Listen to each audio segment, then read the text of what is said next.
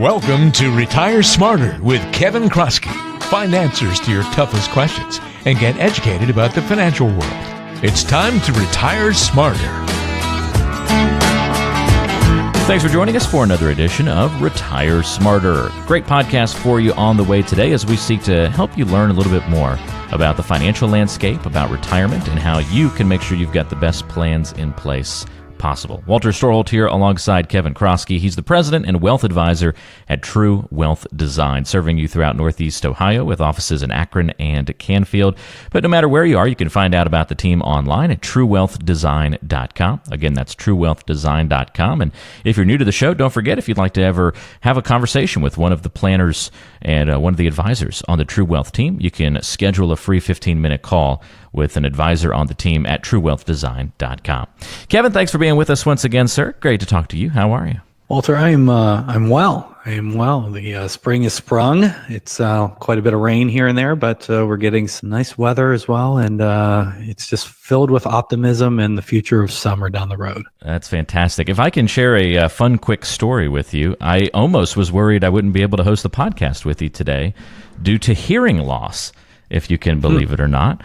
Coming back from vacation, I suffered for the first time ever. I got this really severe pain in my ear, and I lost, I'd probably say 90 to 95% of the hearing in one of my ears as the plane was landing.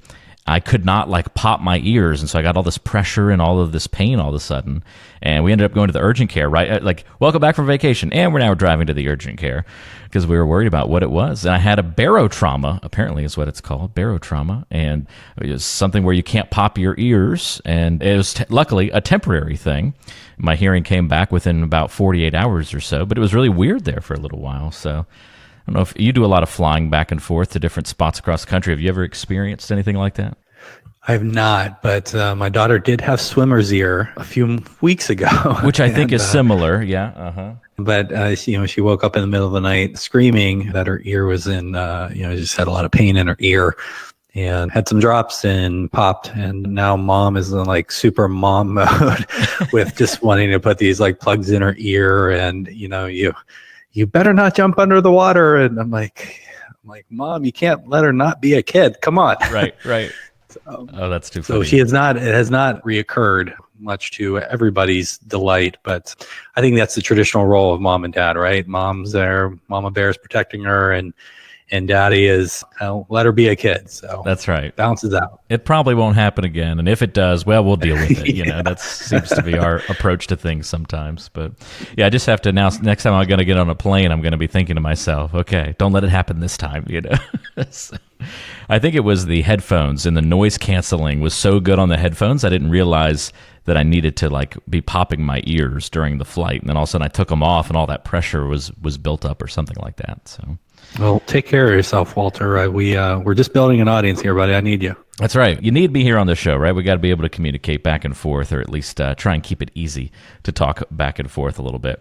Well, enough about us. Let's get into the conversation of today. And we've got a fun show on the way because we're going to be talking about somebody who actually met with Kevin, met with the team at True Wealth Design, what they experienced, and kind of what forced them or caused them to come in and address some of the decisions that they'd made in the past. Kevin, I'm looking forward to this story because it's kind of I don't know if we want to call it a second opinion, but this is somebody that seemed to have a financial solution, but then started to get a lot of question marks about that plan and sought some assistance from you. Tell us a little bit about it. Yeah, sure, Walter. So let's call her Jane. So Jane reached out and just wanted to talk to us. And when I spoke with her a couple weeks ago, just getting to know her, just seeing what's going on, why'd she reach out? And I think what she was going through is something that a lot of people go through, and sharing her story hopefully will be helpful for some of those people just to kind of make sense of some of the questions that they probably have, and kind of compare and contrast advisors and why you might, hire one, and who might you want to look at hiring. But just to give a little context about Jane, so Jane's mid-60s. She is, I won't say single. She is engaged to be married, to be remarried. And she has some complexity going on there because it's her second marriage, and he has children from a different marriage, prior marriage, and what have you. And Very common these days that's happening, but that wasn't really the genesis for the call. What happened with Jane was her dad had passed the prior year, and she inherited some money from dad. Mom had passed prior to dad, and it was a good chunk of change. It was about $500,000 that she had inherited, and she was working with dad's advisor, and just in Jane's words, she said, "I just felt like a number, and I didn't feel like my number was big enough, and I didn't get much attention." And I think that's really what caused her to reach out. But as I was talking with Jane some more, it turned out that she actually had another advisor as well. She was working with a person down at the local Edward Jones, and had kind of a similar amount of money down there, and had been working with that person for about 10 years. And so naturally, the first question I asked her, I said, "Well, I understand about dad's advisor, but, why are you reaching out to me?" And she said, "Well, I kind of feel like a number down there too. And I don't really feel like I'm getting the planning." And she had two advisors and did not really have any sort of clarity or peace of mind around what was going on, and felt some frustration, ultimately. I mean, she had her dad pass, lost both her parents at this point, and dad lived to be, well into his 90s, and by all accounts, from what I heard, had a fantastic life. But, she's grieving the loss of her parents, and now she has this complexity, has this money, has a good chunk of money. She still works, not because she has to, but she likes to. And now she's getting married as well, and there's prenup and kids from a different marriage and all kinds of stuff going on. So I don't know if I would say that she was feeling overwhelmed, but she definitely did not have clarity around what was going on. And unfortunately, the people that she was working with, dad's advisor as well as down at Jones, she just, for whatever reason, just didn't find it there. Almost like a too many cooks in the kitchen kind of scenario, leading to some unhappiness too. Yeah, I would say two things. One, whenever, and this is kind of a bit of an aside, but if you're talking with your advisor or prospective advisor, ask them how many clients they have. Frankly, and this kind of relates to how they get paid as well. But I'll just give you some general industry information here. I saw a study just a couple months ago. Advisors that receive the majority of their compensation directly from clients in the form of fees tend to spend 2 to 3 times the amount of time with the client compared to an advisor that receives, it wasn't even a majority, but a good portion of their money in commissions. And so the reason why that matters is the commissions, they typically are paid up front, and so they get more money day one, and they don't have as much of an incentive to go ahead and stick around and do planning for the client and invest in that relationship. So that's how Ed Jones works. I mean, I know some people at Ed Jones, they're fine. They're fine for what they do, but I wouldn't necessarily, in my opinion, call them a financial advisor. They're more of, it's similar almost to going down to the bank and, buying some Class A share mutual funds, or, hey, we'll just put you up in this money management platform, or, hey, I got this great fixed annuity sort of thing. There's really no planning. It's more of a product sale. And to me, there's nothing wrong with that, provided that, the client knows that's what it is, and it's not being misconstrued for something more. So that's one. So on the other hand, Walter, you mentioned, having too many cooks in the kitchen. So there was people in the kitchen. I don't even know if I would call them cooks necessarily. I don't know. Maybe they were sous chefs or salad prep people or something like that. But nobody was really, there was no master chef. There was nobody that was in there that was organizing everything and ultimately responsible for the success of the dish, if you will. So, we started talking together, and Jane, she was a hard worker. She was a phenomenally interesting woman, from being in the Peace Corps to, speaking of chef, she was actually the Iron Chef in Scotland. So she was married to this man that apparently had done quite well, or his family maybe had some family money, but literally she lived in Scotland for a period of time, and she was not working. So she just took up cooking as a hobby. And lo and behold, she became the Iron Chef of Scotland. And I'm like, what a really, really cool story. Can you come over to my house and cook for me, please? So there was no cook in the kitchen. There was no Iron Chef in Jane's financial kitchen, if you will. But she had this opinion of herself, a very humble one, a very admirable one, in my opinion, that, hey, she didn't feel like she had much money. She was getting this message, whether explicitly or implicitly, from the other advisors, her dad and the person down at Ed Jones, that she kind of felt like a number. So, we have somebody that's in the Peace Corps that kind of goes to their humbleness as well, I would think, and their idea of, just service and what have you. But I mean, she had about $1 million. And so, I mean, she had a good chunk of change here, and that was just hers. It didn't include anything for her future husband. But she's just like, can I get a good advisor to help me out? I mean, is it even possible? Do I have enough money? And I assured her that she did. And I apologized for the experience that she had. And I told her that I know that I'm probably going to have to repent for some sins that were made prior to our budding relationship here. But the other thing that she asked was, not only do I have enough, but does it make sense for me to pay for an advisor? And so there was a lot of things that we started talking about. So I'll just kind of unpack these over the rest of our conversation. I'll talk about, should I pay, and, what can I expect? And then a couple other things that were really important too. I asked her, what are you doing with your dad's advisor as well as down at Ed Jones, investing wise? And she said, well, the Ed Jones person has me in a growth portfolio and dad's advisor has me in a moderate portfolio. And, those words sound good. I mean, they're qualitative, fine descriptors, but they really don't tell me anything, because, you can have somebody that says that they're growth oriented and talk to another person. It could be even, a husband and wife, same household, but both spouses could have completely different interpretations of what that actually means. So, what I shared with Jane was, we really have to kind of, back up a little bit, before we start talking about, how you should be investing.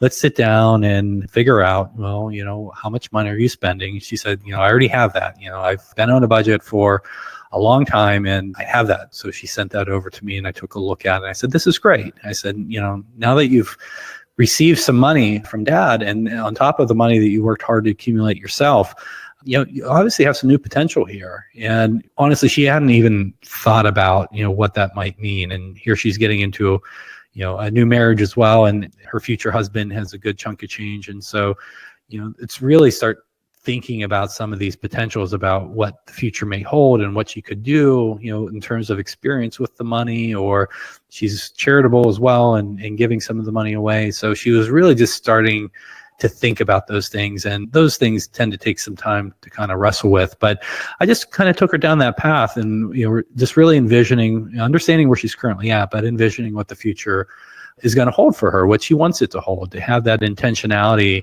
in terms of creating her desired future. And I explained, I said, then is really where we start measuring, how productive your investments need to be, start measuring how much risk you can afford to take. And then lastly, really start talking about, how much risk are you comfortable taking? And that's really the comfortableness or the willingness to go ahead and take risk is really that softer side. It's really where you start getting down into those adjectives, whether it's growth or moderate, or we don't even prefer that, but we instead prefer, again, to measure it and then start talking about, well, is that really comfortable? Does that really match up with your plan and the intentionality of the things that you want to do and are important to you? So I can't say that happens. The whole idea about growth or moderate in these kind of platitudes, it's a regular conversation and one that I just wish, as advisors, as professional advisors, could completely get away from in talking with people, because everybody's different. Everybody's a snowflake. Those words mean different things to different people. So this is one place where math really does have to kind of come back into the picture, and at least in the simple format, better encapsulate what that really means and help frame some expectations about, potential expected gain, as well as, hey, what might we have to go through on the not so good side to go ahead and hopefully get that gain over time. So Jane thought that made sense. It surprisingly had never been described to her in that way. So we just started talking about that, and that's where we kind of backed up into and started talking about the big picture and the planning, and then how the whole process kind of eventually leads to the investment decisions, but you really can't start there. So the other things that Jane had asked about, and again, it was really kind of coming at it from the standpoint of, hey, I haven't been getting attention or advice from these other people that I've supposedly been working with. Am I worth it? And that was an easy one. And we told her, yes. I mean, you're a very enjoyable person. You seem to really want help and we're in the helping business. And I mean, you're just like a lot of the other clients that we help. So it would be a good fit. So that was a relatively easy one. You don't have to have, tens of millions of dollars to work with a financial advisor. Different advisors work differently. Certainly some may have minimums and things like that, but you should be able to ask a simple question of an advisor and say, who do the people that you work with? Who's the typical client that you serve? How many clients do you have? Is there a minimum? What might that be? As a quick aside, our firm minimums start at simply $100 a month for investing only help and $200 a month for investing and planning help. Now, we have a lot of clients that, have, several $1 million with us, and others that are maybe they're young professionals who are starting out and don't have a lot of money invested, but they still have some planning needs. So there's different advisors within our firm that will work with different groups of clients and serve them well. So again, just an important aside, just to ask your advisor. You want somebody that can help you and works with people like you. So I think that's a good starting point. And you want to make sure that they don't have too many clients and are really spending time with their clients. Now, on the side of, hey, does it make sense for me to go ahead and pay for financial advice? Well, I had answered this in this way to Jane. I said, and I guess I should also mention, she said, I'm paying a fee for my dad's advisor, and then I paid commissions down at Jones, because I asked her, how she was paying for her current relationships. And she also remarked, she's like, I thought about just going down to the bank because I have to go there anyway, but I see a different person in there every few months, and I don't know if that's really what I'm looking for either. Revolving doors of sorts many times, right? Yeah, revolving door. And she made the comment herself. She said, usually in life, you kind of get what you pay for. And it should be that way. It may not always be that way, but in general, I think just the way our system works, the way capitalism works, is kind of how things end up over time. The people that do better for you, we got Amazon coming to our house almost on a daily basis because we got low price and they make our life easy. And, the money has flowed there along with a lot of other households over time. So kind of a good example of that, so to say. But Vanguard is a company that probably everybody's familiar with. They're I think one of the largest mutual fund companies that's out there. Jack Bogle, who we mentioned in a prior podcast, had passed away earlier this year, and is really kind of regarded as the father of indexing and kind of bringing more of a lower cost passive management approach to investing. And Vanguard, great company, and has done a lot of good. And I remarked to her, I said, you could even work with Vanguard. And I said, but I know some people, I've interviewed people that have worked at Vanguard. There's another company, TIA, that works a lot in the teacher and nonprofit sectors, and they have kind of an offering as well. And these are call centers where people go into, and you really don't have a real relationship with somebody, and that one advisor could be like a bullpen sort of approach. If you have a need and have a question on your retirement plan, then it's kind of, whoever picks up the phone is who you're going to get.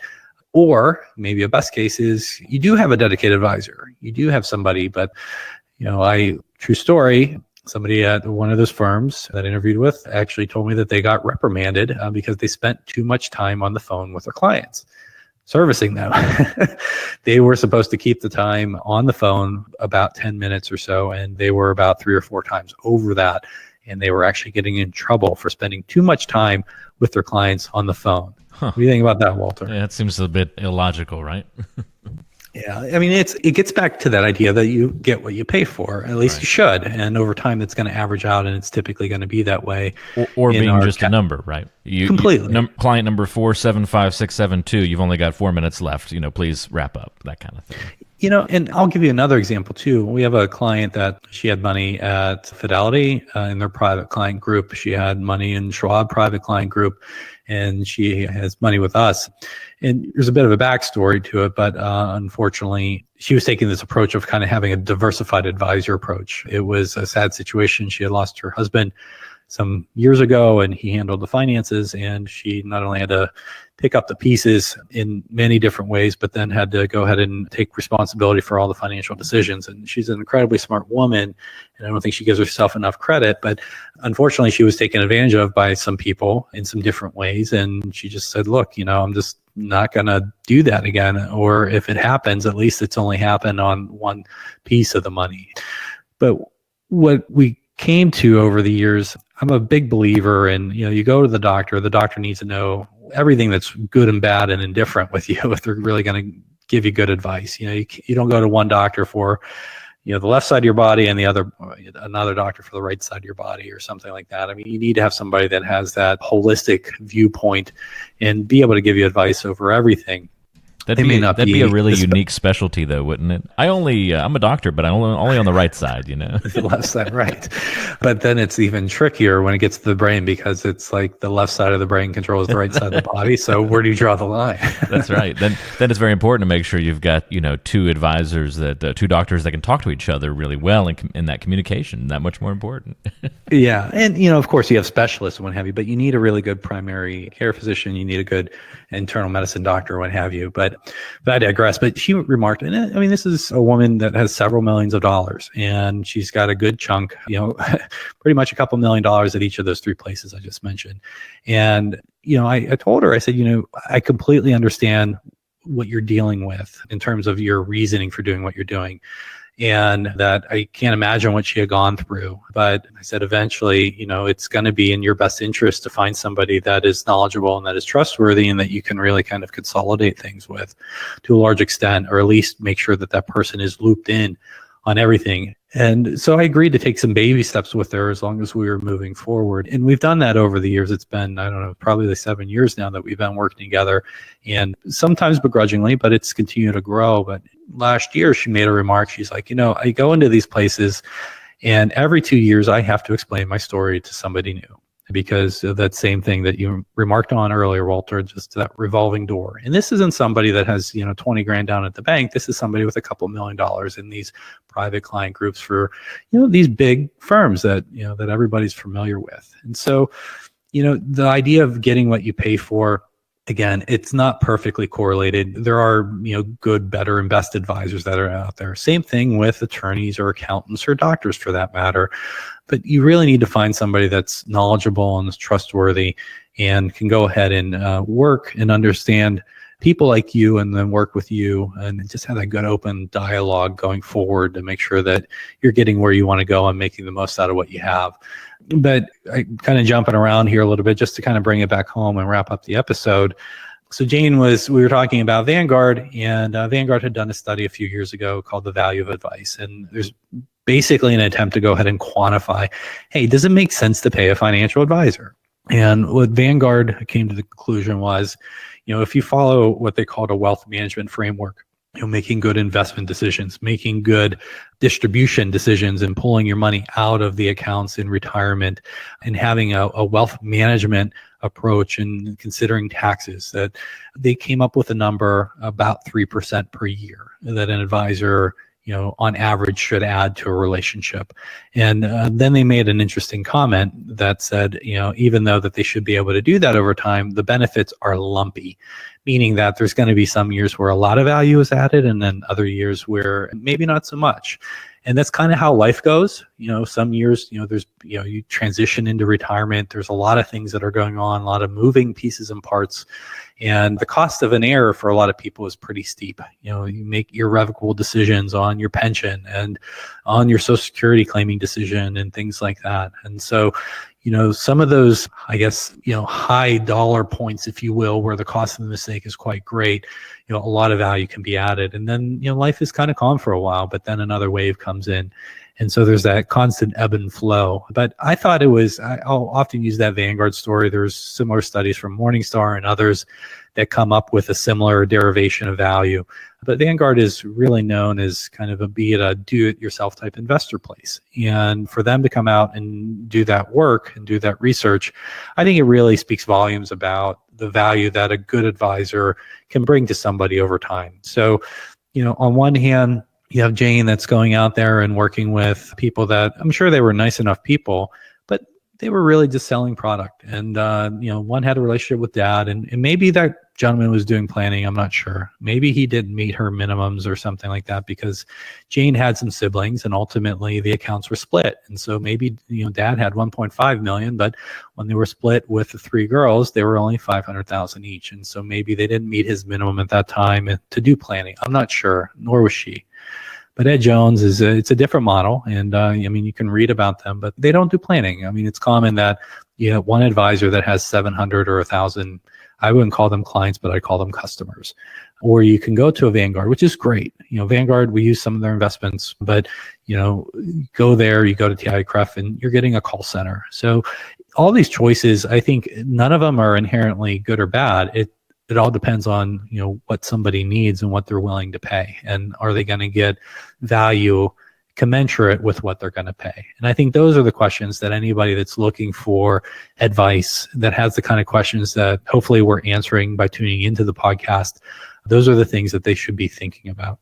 Well, I know that you've had people, Kevin, reach out to you after hearing a podcast and talk to you about some of the things that have been discussed on the program, some of the different ways that maybe you can help them out with what they're facing, what they're going through, kind of with their own situations, similar to what Jane, had going on in her life. And some of the, it's not, I'm in this dire need of, I'm in financial ruin, I need a financial advisor. That's not, obviously the target audience here. I've worked hard for these funds, for this money, and I've tried to take good care of it, but I feel like I'm not getting the kind of advice, the kind of guidance that I should be getting for what I'm spending, or just that I should be getting for, having done such a good job taking care of my money all these years. How can I be a good steward of it through the rest of my life? And people have questions like that all the time. So give us a peek behind the curtain of what happens. If I'm listening to the show today and I want to talk to you more about my particular situation, you give us a great level of detail here on the program, but what it's like in those next steps. Yeah, sure. So if you just go to truewealthdesign.com, there's all kinds of information that's on the website. If you're looking for some more information, whether it's about us or, just, kind of in a similar vein to what the podcast is about, you can just go there and check it out. We've been writing original content for about 9 or 10 years now. So you can get an idea of, some more of our work and get some more good suggestions there. But it also talks about the people that we work with. Again, if you're tuned into the show, you kind of get a gist for that. But usually people are seeking us out when they're really getting serious about retirement planning. And if that's you, and if you have some questions and you're looking for somebody to be that guide to see if there is a good fit for, mutually beneficial ongoing relationship, then there's a little button when you go to the website. It just says, "Are we right for you?" You can go ahead and click that button. Just tell us a little bit about yourself and any questions that you have. And then we'd be happy to set up that initial 15-minute call just to go ahead and answer those preliminary questions and see if we might be a good fit and go ahead and explore a relationship. So usually those 15-minute calls may go a little bit longer because we're kind of unpacking some things and kind of get in a conversation. But it's really just to go ahead and see if there's a good fit to go ahead and set something up where we spend a little bit more time together, both spouses and what have you, if you're married, and then take it from there. And if we can help, we'll let you know that we think we can help, and here's how. And if we don't think we can help, then worst case, we'll do our best to point you in the right direction.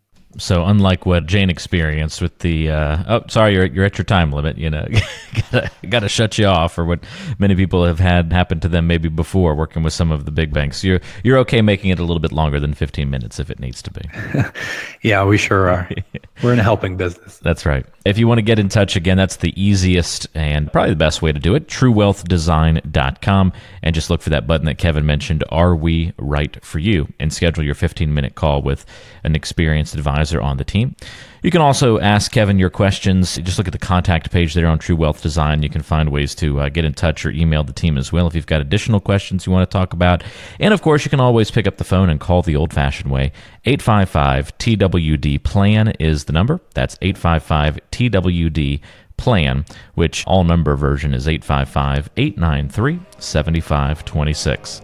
Kevin, thanks for telling us the story of Jane on today's program and how you guys were able to help her drill down into the important things about her portfolio and her financial future. And we'll look forward to some more great content on the next podcast. Thank you, Walter. We appreciate it. That's Kevin Kroski. I'm Walter Storholt. Thanks for joining us. We'll talk to you next time right back here on Retire Smarter.